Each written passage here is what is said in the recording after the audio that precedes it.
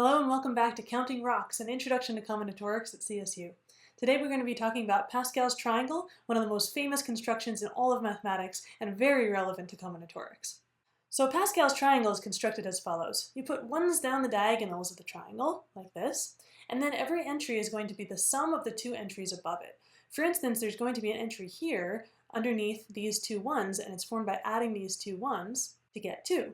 And so you take 1 plus 1 is 2, and that fills in that next entry. Then we're going to take 1 plus 2 and put a 3 below them, and 2 plus 1 and put a 3 below them to get the next row. And you keep doing this process over and over again. And so you can see the first 4 rows here. We call this row 0, row 1, row 2, row 3, row 4, and row 5, and so on, because the second entry of each of the rows is telling you which row it is. Now, what's fascinating is that the entries of Pascal's triangle are actually all the values of n choose k. So the entry in row n and k steps from the left, where we 0 index everything again, is actually n choose k. So like I said, the top row is the 0th row. That's 0 choose 0, which is 1. And then the next row is the first row, which is the entries 1 choose 0 and 1 choose 1. The next row is the entries 2 choose 0, 2 choose 1, and 2 choose 2. That always works out no matter what the values are. It matches the values of the triangle formed by adding the previous 2 entries to get the next one. So why does this work? So there's something called Pascal's recursion satisfied by the binomial coefficients n choose k that explains why it's the same triangle whether you make the choose triangle or the recursive triangle that we defined first. In particular, n choose 0 and n choose n are always 1 because there's one way to choose 0 things from n things, and there's one way to choose all n things from n things, and so that gives you those diagonal numbers of Pascal's triangle. There's also a recursion that n choose k satisfies that says n choose k equals n minus 1 choose k minus 1 plus n minus 1 choose k. So this corresponds to the 2 elements above the entry in Pascal's triangle, giving you the next one when you add them together. Now, in terms of why this is true, one way to check it is just by expanding these in terms of factorials and doing some algebra. This is done in the textbook. And another way to see it is combinatorially, where you interpret n choose k as the number of ways of choosing k people from a classroom having n people, but one of those people is the teacher. So we have one teacher and n minus 1 students. Well, to choose k people, you can either choose the teacher, in which case you have to choose k minus 1 students out of the n minus 1 students, or not choose the teacher, in which case all k of the people you're choosing have to come from the n minus 1 students. So this is actually, using the addition principle, we can see a combinatorial reason why this has to be true based on what n choose k means in terms of counting things. Now here's another magical thing. We've seen Pascal's triangle as a way of just filling in numbers by adding them. We've seen it as the n choose k entries, and now we'll see it as recording the coefficients that come up when you expand x plus y to a power. X plus y to the 0th power is 1. X plus y to the first power is x plus y. X plus y to the second power is x squared plus 2xy plus y squared, and so on, and you see the coefficients are the entries of Pascal's triangle. 1, 1, 1 are the coefficients of x and y, 1, 2, 1, 1, 3, 3, 1, 1, 4, 6, 4, 1. Those are the first 4 rows of Pascal's triangle. The binomial theorem states that this holds in general. If you take x plus y to the nth power, then the coefficient of x to the n minus k times y to the k is n choose k when you expand it out. Now, there's also a combinatorial reason to see why this works. How many ways can you pick x to the n minus k and y to the k by picking some x's from the n copies of x plus y and some y's from the n copies of x plus y? Well, you have to choose which of the n copies in this product have the ky's from them. And so there's n choose k ways of making that choice, and that's why you'll get an n choose k out there. Now let's see another reason why it matches Pascal's triangle in terms of the recursion to connect all 3 of these interpretations together. So x plus y cubed, we expand it out as x cubed plus 3x squared y plus 3xy squared plus y cubed. And x plus y to the 4th has coefficients 1, 4, 6, 4, 1. How do we get from this one to that one? Well, to get from one binomial power to the next, you multiply by x plus y. Let's take the cubed expansion times another x plus y, which should give you the 4th, and see why it works.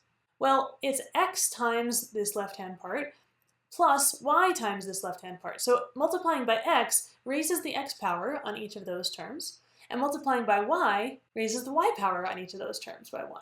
When you line them up so that I'm matching coefficients here, like the x cubed y plus the x cubed y here, and x squared y squared plus x squared y squared, you'll see that we're adding coefficients of 3 plus 1, 3 plus 3, and 1 plus 3, which is exactly what you do when you add adjacent coefficients in Pascal's triangle to get the next row. So that's why you get the next row of Pascal's triangle as the coefficients. It's just looking at what happens when you multiply by another x plus y. Now let's look at some beautiful identities that show up in Pascal's triangle. Let's see what happens when we take the sum of the entries in each row. 1 is just 1. 1 plus 1 gives you 2. 1 plus 2 plus 1 gives 4. 1 plus 3 plus 3 plus 1 gives 8.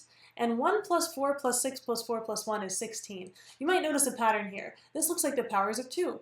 And indeed, there's a fact that the sum as k goes from 0 to n of n choose k is 2 to the n.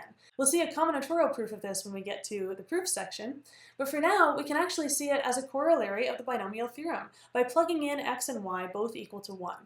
Because then, on the right-hand side of the binomial theorem, the x power and y power just become 1, so you're adding the n choose k's, and on the left-hand side, you plug in x equals 1 and y equals 1, and you get 1 plus 1 to the nth power, which is 2 to the n. So the binomial theorem immediately gives you this property. So let's notice another pattern now if we take the alternating sum of rows. This means we alternate between pluses and minuses across a row, like 1 minus 3 plus 3 minus 1, or 1 minus 4 plus 6 minus 4 minus 1. After the first row, which is just 1 because there's only one term, it looks like the rest of the rows give you 0. And this is also always true. If you take the sum as k goes from 0 to n of minus 1 to the k times n choose k, that gives you 0, and the minus 1 to the k is what captures that alternating sign. Another interpretation of this fact is that if I take every other entry of Pascal's triangle in a row, like 1 plus 6 plus 1, that's half the total of the entire row. This can also be proven by plugging things into the binomial theorem. Let's plug in x equals 1 and y equals negative 1. Now we get that negative 1 to the k from the y to the k term, and on the left we get 1 minus 1 to the n, but 1 minus 1 is just 0. So that's why it always works out, as long as n is big enough. So this really is for n bigger than 0, because if n equals 0, then actually 0 to the 0 is 1, which also matches this term of the pattern. Here's another beautiful pattern in Pascal's triangle. What happens if you take the sum of the squares of the entries in each row?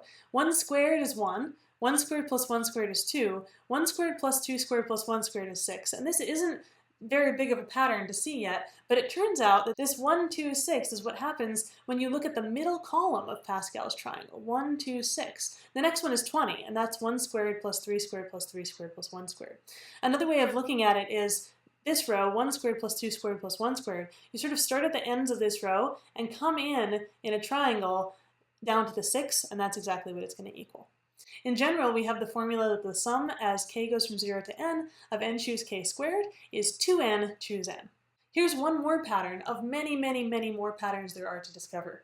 It's called the hockey stick identity, and it's because the pattern looks like a hockey stick. You go down some number of entries in some direction of Pascal's triangle, and you add them all together, 1 plus 3 plus 6 plus 10, and the answer is going to be one step in the other direction.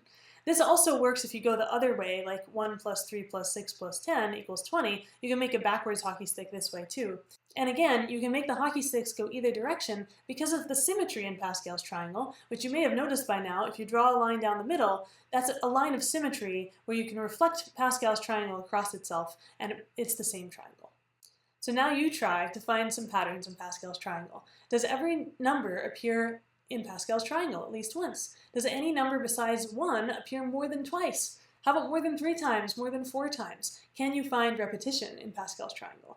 There's actually big open problems about this, but for these kind of questions, you might be able to just find them. And that's all for today, and I'll see you next time.